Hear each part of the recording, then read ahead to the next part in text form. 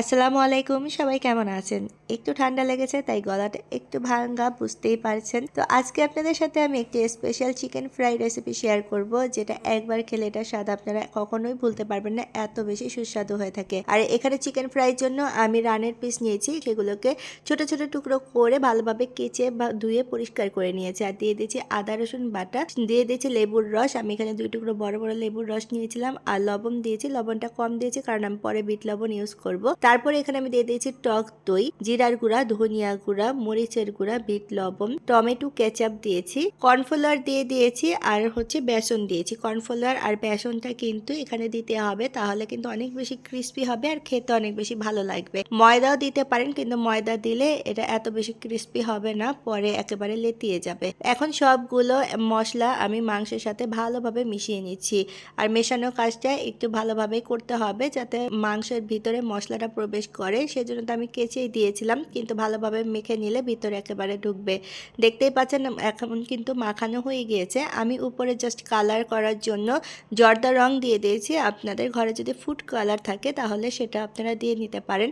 জর্দা রং দেওয়ার পর আমি খুব ভালোভাবে আবার একবার মাখিয়ে নিচ্ছি।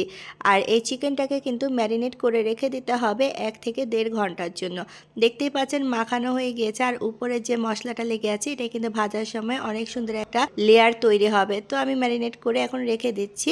1.5 ঘন্টা পর আমি এটাকে ভাজতে চলে যাব। তেল গরম করে আমি একটু পিস করে দিয়ে দিচ্ছিলাম।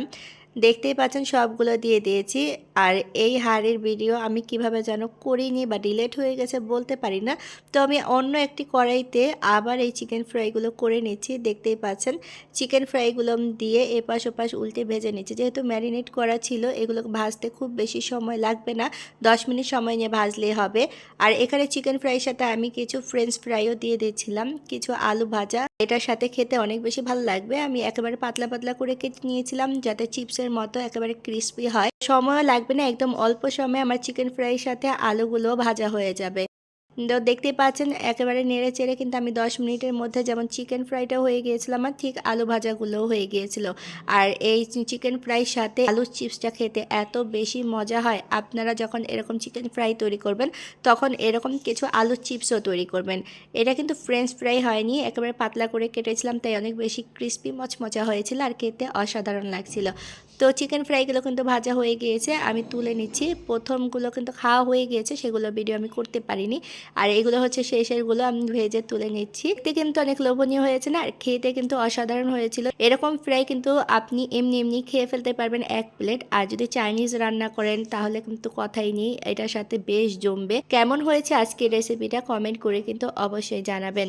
আর এই ঠান্ডার মধ্যে কে কে সুস্থ আছেন কমেন্ট করে জানাবেন। আমি একটু অসুস্থ আছি, গলার কণ্ঠ শুনে অবশ্যই বুঝতে পারছেন। আর এই চিকেন ফ্রাইটা কিন্তু অবশ্যই ট্রাই করবেন, আর যারা ট্রাই করবেন তারা কিন্তু আমাকে কমেন্ট করে জানাবেন। আর যারা ট্রাই করেছেন অলরেডি খেয়েছেন, তারাও আমাকে কমেন্টে জানিয়ে দেবেন যে আপনারা এই চিকেন ফ্রাইগুলো খেয়ে ফেলেছেন। তো আজকের ভিডিও এই পর্যন্তই, সাথে থাকার জন্য অসংখ্য ধন্যবাদ।